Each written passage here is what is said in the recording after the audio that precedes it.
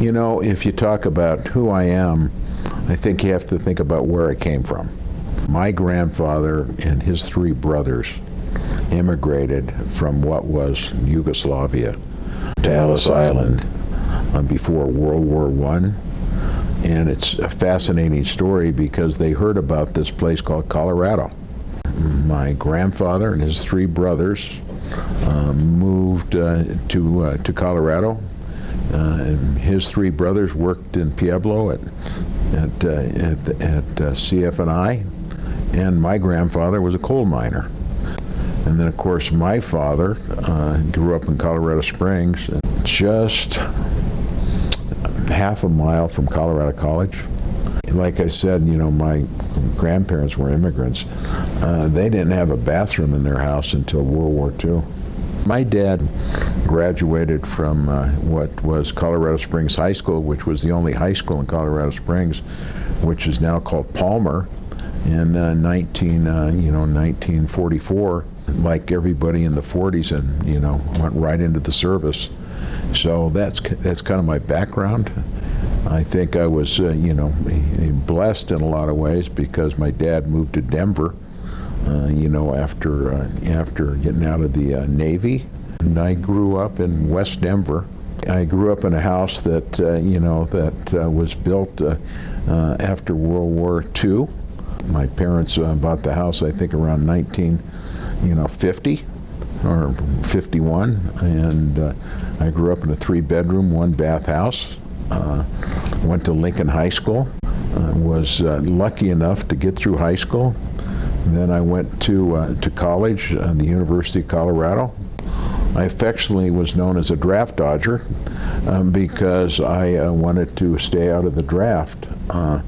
Unfortunately, after being in college for a number of years, I got drafted.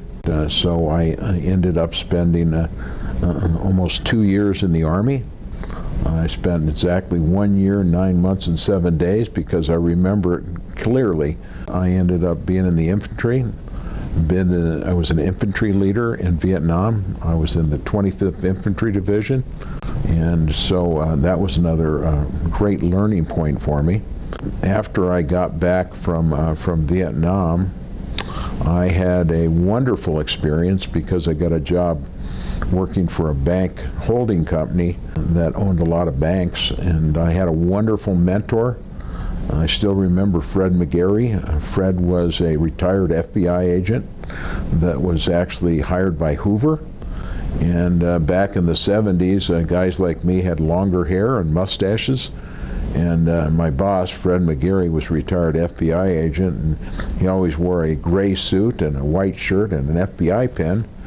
And of course, back then, when I was in my 20s, I had longer hair and a mustache, but that was really a real great foundation in business because I actually got to see a real estate boom and a real estate bust. And in 1976, I had a wonderful experience in the fact that I met this gentleman, Emil Hecht, who was working with my to-be partner, Larry Meisel, and Emil talked to me about starting a home building business with them called Richmond Homes, which we did in 1977.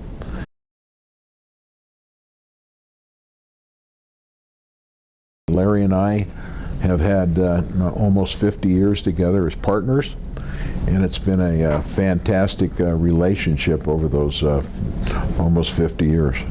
It was the start of MDC in the fact that it was called Meisel Development Company. So Richmond Homes and Meisel Development Company were, together in a partnership building houses. Somewhere around 1979 or 80, Richmond Homes it was consolidated into what is now MDC Holdings. And I ended up being the chief operating officer for the company, starting in, I think, around 1980. But I will tell you that in our housing, we did all kinds of different kind of housing. And over the years, besides building single-family houses, we built apartments, we built, townhouses. We also panelized houses. We also pre-cut houses. So I think housing today is much more streamlined than it was after World War II, and the houses today are really fantastic. They're well designed, and they have great heating, venting, and air conditioning, and I think you'll see more of that as it goes along. Yeah, I would say that our land process is known as the industry as the gold standard, or maybe the platinum standard. But when you talk to some of our competitors, they would say, we can't believe it, but I would look at every parcel before we bought it. And so whether it's in Seattle or Florida or Virginia, I spent a lot of time on an airplane getting out and looking at site selection. It is key. Location, location, location. Our first home sale was in '77. By actually 1985, I had acquired a few other companies, and by 1985 we had went from what I call a start-up to building 5,000 homes a year and being one of the largest home builders in America, actually building from coast to coast. So it was a great experience. Well, in 2003, I think by that time we had built about 100,000 homes. We actually accelerated to about 2005. In 2005, we built 15,000 homes. And clearly, after 2005, we had the great financial crisis, which was 2007, 8, and 9. It seemed like it lasted forever, but it was terrible. We've rung the bell at the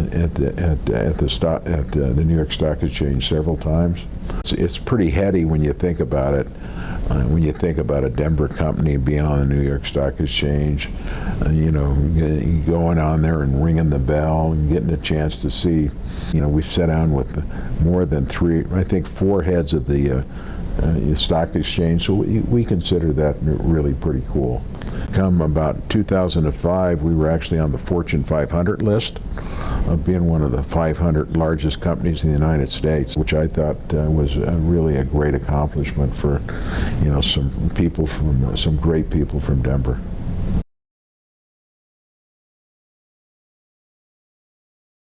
If you think about the history here, one of the things that you have to think about is along the way, we were very charitable. I think about, all of the things that we did, even starting in the 70s, of giving back. We built a house in 1979 and gave the proceeds to Children's Hospital. And along the way, we've always given back to the community in many different ways, and we still continue to give back to the community, which we believe is so important. Yeah, it's Richmond American Foundation today, which we continue to manage, and Larry and I are the managers of that foundation, and we give primarily to Colorado charities, whether it's Children's Hospital, National Jewish, or many different charities, either large or small. We really want to give back to the community. We've done a lot of different things, and I will tell you, along the ways, we've had a good relationship with every governor. Governor Ritter was very special to us, and he was very charitable, but so was Governor Owens, and every governor we've had here has been really special to work with the community on giving back, no matter where we're at. It's pretty interesting when you sit here today. It's almost hard to think about which ones we gave and when we gave them. And we had so many wonderful, charity leaders that really we worked with, so I think both Larry and I and our entire team was really excited about giving back to the community. We've given a lot of money to helping the homeless. I think about some of the charities that we've given to that really need it. I'd say almost the answer is yes to everybody, but it goes all the way from the homeless to 1985 when we built and paid for the Peaceful Valley Dining Hall for the Boy Scouts, which was really important to us. That was in 1985. So along the way, we've been very, very supportive, those kind of things. We're talking about History Colorado. It was absolutely a fantastic organization, and I think we were one of the early adopters to raise our hand and say, hey, listen, you know what, let's contribute money and give a decent amount of money. I don't remember exactly what it was, but we were all in early, and the answer was yes.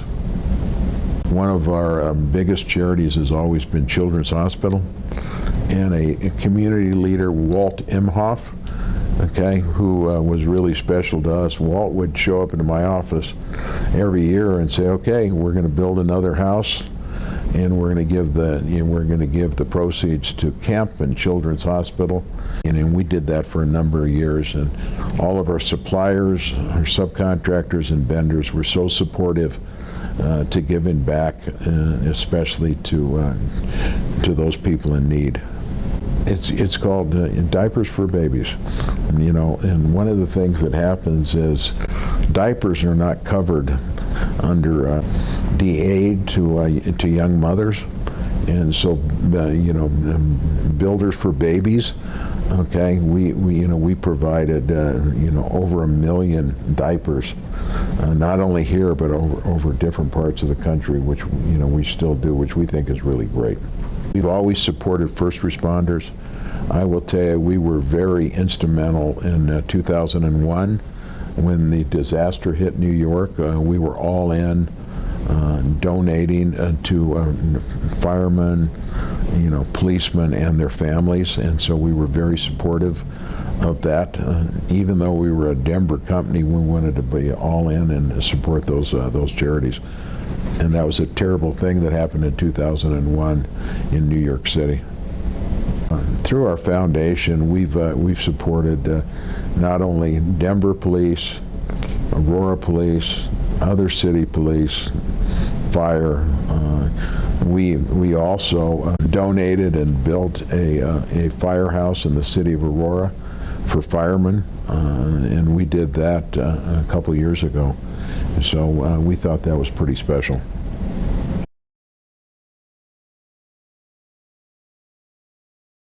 In 2024, I had the opportunity to go to Japan. I met with a large Japanese builder called Sakasui House. They had an interest in buying MDC and all of its subsidiaries, mortgage, insurance, and home buildings across the country. And I think Larry and I thought that was fantastic. They had great systems, but they really appreciated our systems across the country. And today, that acquisition was 2 years ago. Larry and I, retired at the end of 24. And today, Sakasui House, through their efforts with us and a couple other small builders, are one of the top home builders in the country. And we think that worked out really fantastic for our employees, our vendors, our subcontractors, and our shareholders and our stakeholders. And that ended up being a very successful transaction for Sakasui House and also for our shareholders. And I think it was terrific for us where we are in our life. We are only retired from MDC. We are not retired from business. So Larry and I have a lot of other business interests that we do, whether it's real estate, banking, or investments, and so it's been really terrific, and it's terrific for all the people that were at the company and will enjoy the next 20 or 30 years of their career.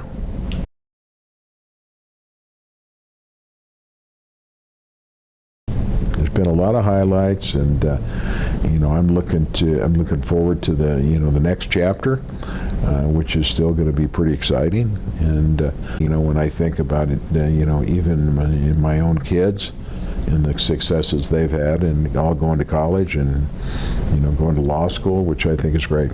My two older kids actually started a law firm 14 years ago, and now it's one of the most successful creditor rights law firms in the United States. They file over 20,000 lawsuits a month, and so it's pretty amazing. First of all, I'm proud of my kids. Unfortunately, I had one of my children die 3 years ago when he was in law school. Proud of my wife, who's a cancer survivor 3 times, and she's on the board of National Jewish Hospital. And she and 2 other girls invented Rev the Runway, which is a very, very successful fundraiser for National Jewish. And so I'm really proud of them. But at the end of the day, you have to look back on my parents, which were like super humble. They grew up during the Depression, okay, and always kept us grounded, which I thought was great.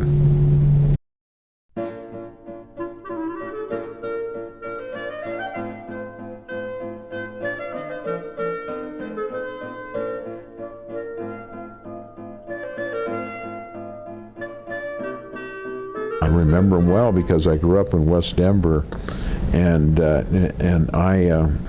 I knew Franklin Burns. If you think about what happened after World War II, and we all lived, being from Denver, it was better built bungalows, and I think about those houses. They were less than 1,000 feet, and they were 2 bedrooms and 1 bath and no garage. That was replicated throughout the United States, whether it was in Levittown in New York, and GIs that came back, they could afford $90 to $100 a month, and that's what the house payments were.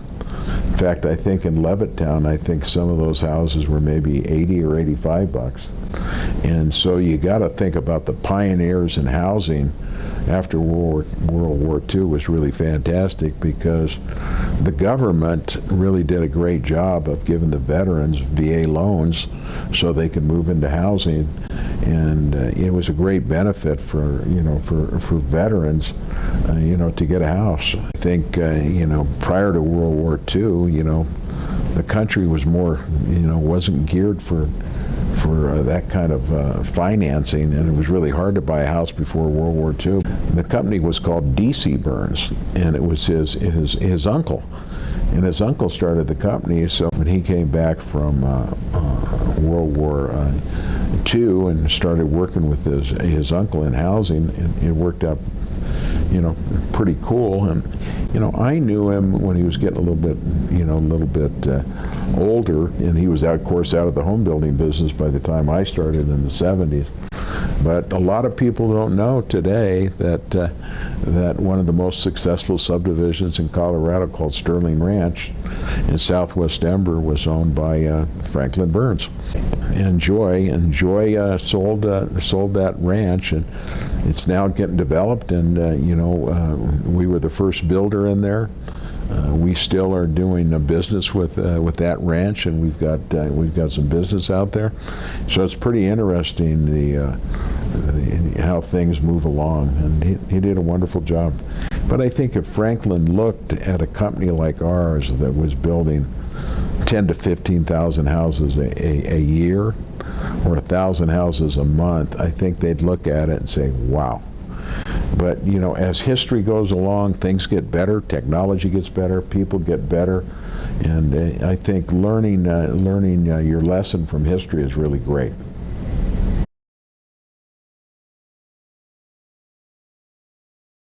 Well, I'll tell you, it's the highlights over that 50 years has really been the fact that we built a lot of houses. We built a lot of houses for families, but at the end of the day, what we really built is a lot of people. And one of the things that I thought was so great about my career is I've seen some young people that really have flourished. I've seen some young kids that just came out of college that ended up being senior managers with the company, ended up, watching them have families and buy houses, send their kids to colleges. And when I look at some of the successful people that we grew, I'm so excited to talk to them all the time, because now they're talking to me about their kids, where their kids are going to college. And along the way, I did spawn a lot of executives that moved on and ended up being, senior executives at big companies, including CEOs, chief operating officers, chief financial officers. So to me, that was a really big part of my success, is not only the fact of building some great houses and communities, but the legacy we leave with people is really fantastic.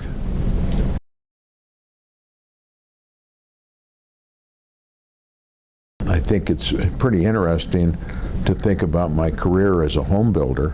In my career, I built 250,000 homes, almost $100 billion of houses. But more importantly, I built 65,000 houses in Colorado, more than anybody ever. And I'm really proud of that legacy. And I'm really proud of the legacy that started before World War I with my grandfather having the foresight to come to America and start a new life. So I'd say with my grandparents and my parents, we've always come from very humble beginnings, and I don't want to forget that.